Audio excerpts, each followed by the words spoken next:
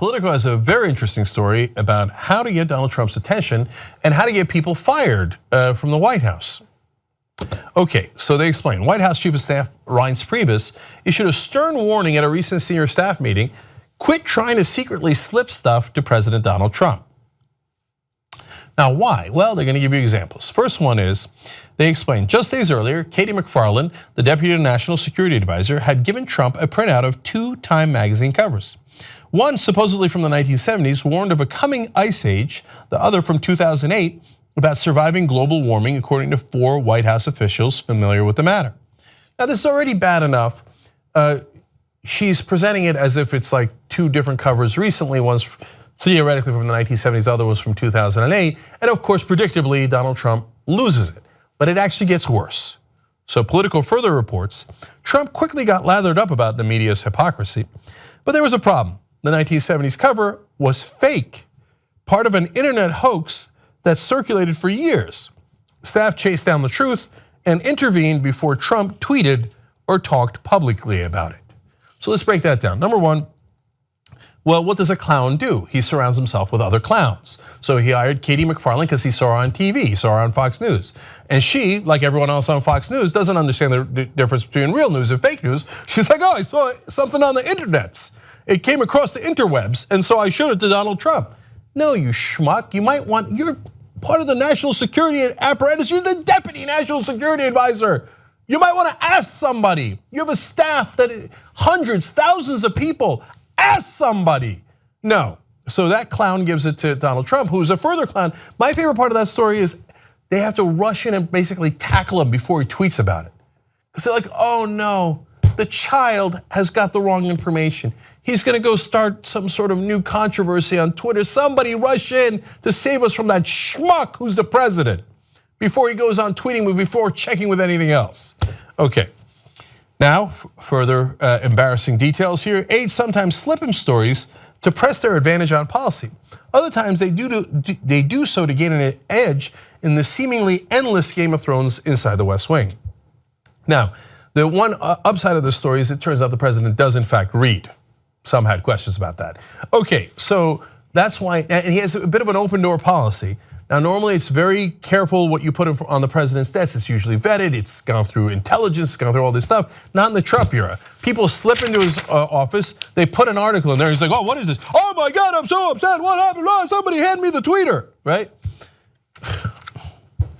So people know that, and they're like, well, since the president's an idiot and doesn't double check anything, I'll just put something in front of him that's to my advantage and to the disadvantage of my enemies within the White House.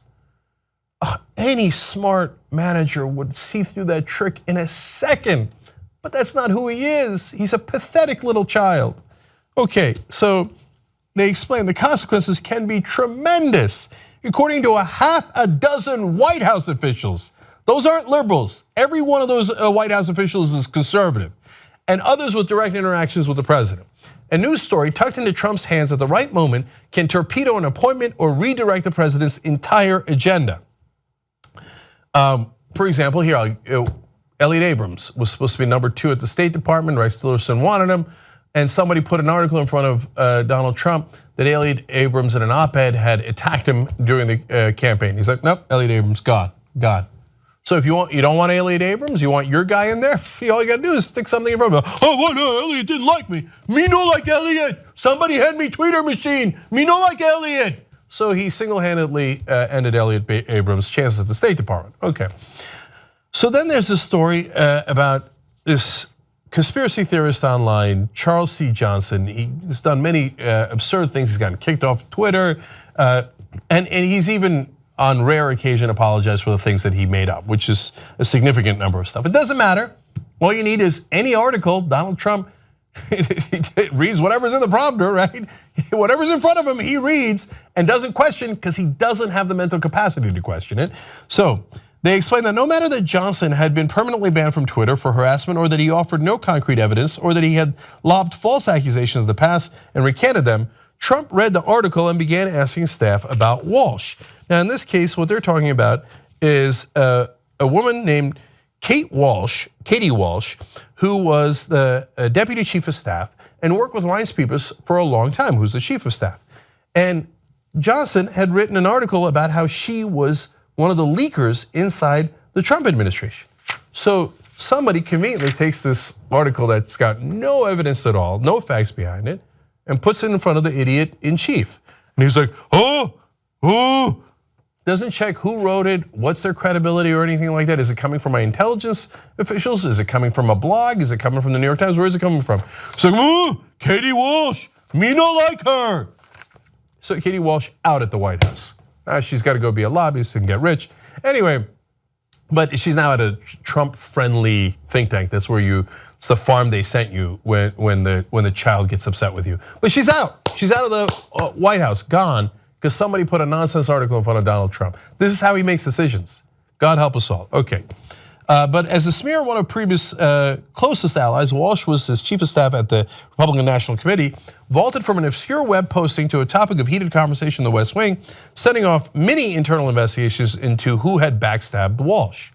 Now, that's part of the reason why Reince Priebus is now going around going, stop putting things in front of Donald Trump. He is too stupid to understand the source, so run it by me so that I can double check before he fires more people or tweets things that aren't remotely true. Okay. White House and former campaign aides have tried to make sure Trump's media diet includes regular doses of praise and positive stories to keep his mood up, a tactic honed by staff during the campaign to keep him from tweeting angrily. Good Donnie, good Donnie. Look, Donnie, look, they like you. This guy, I don't know what is Bob Johnson, Bob Smith. Bob Smith likes you. Ooh, me like Bob Smith. Me in a good mood. I don't need to tweet now. Oh, that's so sad. That's so sad. I almost wish I hadn't heard it. Even though I can't stand the guy. It's pathetic. It's so ironic because he ends the tweets with things like sad baby. That's exactly what he is. A sad little baby that has to be cheered up every once in a while. Did they also change your diaper while they were at it, Donnie?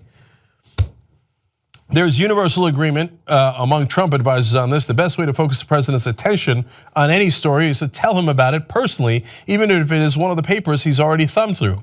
But officials say it's a high risk, high reward proposition because Trump's frustrations at bad stories can easily boomerang against those delivering him the news. If you're an effective manager and somebody comes and gives you the news, you name it, revenue's down, your ratings are down, your polling is down, whatever it is. What kind of a moron thinks he's the one that caused it? No, he's the one who delivered the news. He's doing you a favor by giving you information, and then you could react to that information anyway, maybe to fix your revenue, ratings, polls, whatever it is. But Trump has this much mental capacity. So he's like, Bob gave me news. Me not like news, me not like Bob. What an utter fool. Most powerful guy on earth. God help us all. Okay, finally, another story from GQ explains how even people who were his former staffers like Corey Lewandowski, who used to be his campaign manager, not in the White House, can use television to influence him because it's not just the stuff that's put in front of him. Of course, he watches cable news all day and mainly Fox News. So, according to a big profile of Lewandowski in GQ, the one-time Trump campaign chief told medical AI startup Flow Health that he could help them get Veterans Administration Secretary David Shulkin fired by bad-mouthing him on Hannity's Fox News program. This story has lots of ups and downs, which are funny. This company wants to get this guy fired because he's actually doing his job within the Trump administration. That's a minor miracle, and actually holding them accountable for the mistakes that they've made. They're like, so let's just hire a lobbyist to get him fired.